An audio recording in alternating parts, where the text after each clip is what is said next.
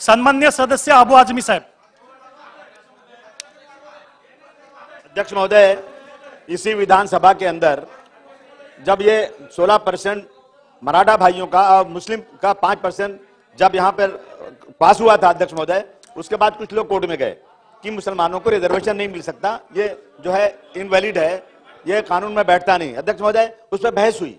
यहां कोई धर्म के नाम पर मांग ही नहीं रहा है। अध्यक्ष महोदय, जब वहां बहस हुई, दोनों तरफ के वकीलों में बहस हुई, जब जज साहब ने फैसला किया तो जज साहब पढ़े लिखे, ऐसा नहीं कि जज को नहीं मालूम कानून क्या है, क्या कानून में बैठता है। उन्होंने कहा 5% मुसलमानों के एजुकेशन में तुरंत दे देना चाहिए। उसके बाद बार बार ये बात कही जा रही है कि धर्म के नाम पर नहीं, धर्म के नाम पर मांग कौन रहा है? अरे भाई, जो लोग पढ़े लिखे हैं उन्होंने कहा है। अध्यक्ष महोदय, इसके पहले सरकारों ने एक कमीशन बिठाया, एक जो है रंगनाथ मिश्रा कमीशन बैठा, एक महाराष्ट्र सरकार ने एक महमूदुर रहमान कमीशन बिठाया, दिल्ली में एक कमीशन बिठाया गया। अध्यक्ष महोदय, इन सब कमीशन ने कहा कि मुसलमानों को 10% रिजर्वेशन देना चाहिए, धर्म के नाम पर नहीं, बल्कि 50 जातियां जो पिछड़ी जातियां उसके नाम पर। अध्यक्ष, मेरा कहना है कि मैं 16% मराठा भाइयों के रिजर्वेशन को पूरा का पूरा सपोर्ट करते हुए मैं तमाम लोगों से गुजारिश करता हूं कि हमारे 5% को भी आप जो है ना उसको सपोर्ट करिए। अध्यक्ष, मेरा कहना है कि जब तक कानूनी दाव पेच खत्म नहीं होता उस वक्त तक सरकार 3 आदमी की कमेटी, 3 लोगों की कमेटी बना दे और मुसलमानों के जो सच्चर कमेटी,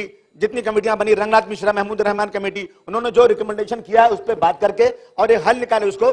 जब तक ये रिजर्वेशन पास नहीं होता उस वक्त उनको पिछले दरवाजे से जो मदद मिले वो कर देना चाहिए। अध्यक्ष महोदय, ये हमारी मांग है। अध्यक्ष महोदय, यहाँ ये है 1947 में जब ये देश, उसके पहले जब लड़ाई हो रही थी अंग्रेजों सर, तो हिंदू और मुसलमान दोनों कंधे से कंधा मिलाकर लड़ाई लड़ रहे थे। लेकिन हमें अफसोस है उस वक्त हिंदू और मुस्लिम भाई भाई की तरह से, लेकिन अंग्रेजों ने एक साजिश के तहत इस देश को 2 टुकड़े कर दिया और हम हिंदू मुसलमानों को अलग कर दिया। अध्यक्ष महोदय, एक दिन वो था जब दुनिया भर में सम्मान हमारा था, गीता के श्लोक हमारे और कुरान हमारा था, दूध की नदियां बहती थी वो हिंदुस्तान हमारा था, वो नफरत की दीवार गिरा दो ये आवाज हमारी है, देश के गद्दारों से कह दो वो धरती जान से प्यारी है। अध्यक्ष महोदय, जब 1947 में हिंदुस्तान पाकिस्तान का बंटवारा हुआ तो मुसलमान अपने सामान को पोटलियां बना बनाकर अपने सरों पर रखकर पाकिस्तान की तरफ रवां दवा था। लेकिन उस वक्त अध्यक्ष महोदय, दिल्ली की जामे मस्जिद के मीनारों से खड़े होकर के मौलाना अबुल कलाम आजाद साहब ने, गांधी जी ने, जवाहरलाल नेहरू ने, वल्लभ भाई पटेल साहब ने, सब ने कहा कि तुम हिजरत के नाम पर अपना मुल्क छोड़कर मत जाओ, तुम्हें कसम है तुम्हारे खुदा की, तुम्हारे नबी की, रुक जाओ। देख के हिजरत आसमान और धरती थर्राई थी, आओ देखो कुतुब मीनार की आंखें भी भर आई थी। दिल में खौफ कहां से आया, क्या तुम्हें शहादत याद नहीं है? आओ हमारे साथ रहो, हम तुम्हें हक देंगे, कोई इमदाद नहीं। आज हमें हक कहां मिल रहा है अध्यक्ष महोदय? कोई इतने लोग बैठे हैं अध्यक्ष महोदय, मुझे मैं क्षमा के साथ कहना चाहता हूं 5% का सपोर्ट बहुत कम लोग कर रहे हैं। अध्यक्ष महोदय, 5% मिलना चाहिए। अध्यक्ष महोदय, क्या गलती हमारी क्या है इसमें? अध्यक्ष मैं थोड़ा सा, अध्यक्ष महोदय, मैं ये हिंदुस्तान पाकिस्तान का बंटवारा क्यों हुआ? अगर एक तरफ मोहम्मद अली जिन्ना थे तो दूसरी तरफ गांधी जी थे, दूसरी तरफ जवाहरलाल नेहरू थे और सबसे बड़ी बात लौह पुरुष सरदार वल्लभ भाई पटेल थे। क्यों उन्होंने कर दिया?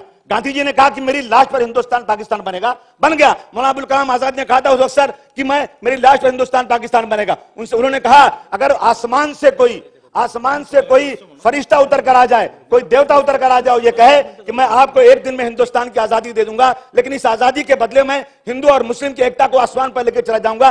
सर आप सुनिए, उस वक्त मौलाना ने कहा कि मुझे हिंदुस्तान की आजादी थोड़े दिन के बाद ले लेंगे, लेकिन हम हिंदू, अगर आजादी देर में मिलेगी तो देश का नुकसान होगा, लेकिन हिंदू मुस्लिम की एकता चली जाएगी तो इंसानियत का नुकसान होगा। ये हमारा किरदार रहा है सर इस देश के अंदर। लेकिन आज सर, आज क्या हो रहा है देश में? आज देश में सिर्फ हिंदू और मुस्लिम के नाम पर देश को बांटा जा रहा है। और तय करें हम लोग, इंसानियत को अपने पास में रखना है, इंसानियत को खत्म नहीं करना है। अध्यक्ष महोदय, मैं बताऊं आपको अध्यक्ष महोदय, जहां सियासत, जहां राजनीति, सियासत मजहबी मसलों को, धार्मिक मसलों को, देश को शांत करे वो देश महान होता है।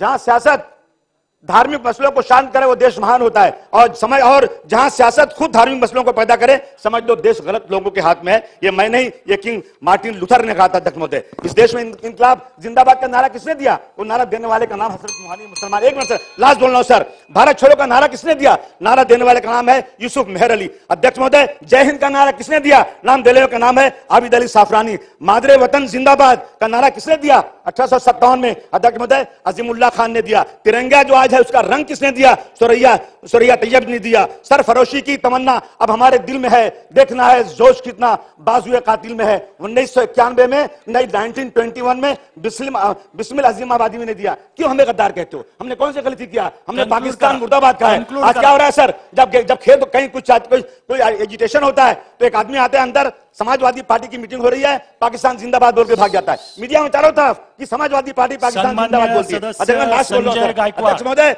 और उसके बाद पकड़ा जाता है बीजेपी का आदमी और उसके बाद केस होता है, उसने बोला पाकिस्तान जिंदाबाद। ये क्या है सर देश में? ये